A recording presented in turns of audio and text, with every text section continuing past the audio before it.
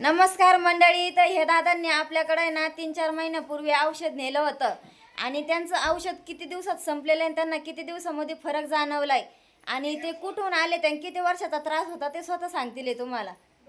सांगा दादा, तुम्ही कुठून आले ते? आम्ही नर्सरीहून आलो होतो. श्रामपूर जवळच नर्सरी 10 किलोमीटरवर. मला आहे ना 2-2.5 वर्षापासून तकलीफ होत होती मुळ्याची. मला 3-4 दिवसाचं औषध घेतल्यानंतर फरक पडला. औषध संपून किती दिवस झाले तुमचे? जवळ 4 महिने झाले. 4 महिने. खाता का सगळं वावडं चिवडा? हा, सगळं मटण बिटन माची सगळं खातो. ते औषधाचा रिझल्ट किती आहे का तेवढा तात्पुरताच वाटला का तुम्हाला कंटिन्यू वाटलं मला. आणि आता तुम्ही स्वतःला न्यायला आले का म्हणजे दुसऱ्याला न्यायला आले? हे दूधदाराला न्यायला पेशंट दुसरा आणलेले हा, दुसरं 4-5 महिने झालेले ते कंटिन्यू सगळं खाऊ राहिले, त्यांना काही त्रास होत नाही.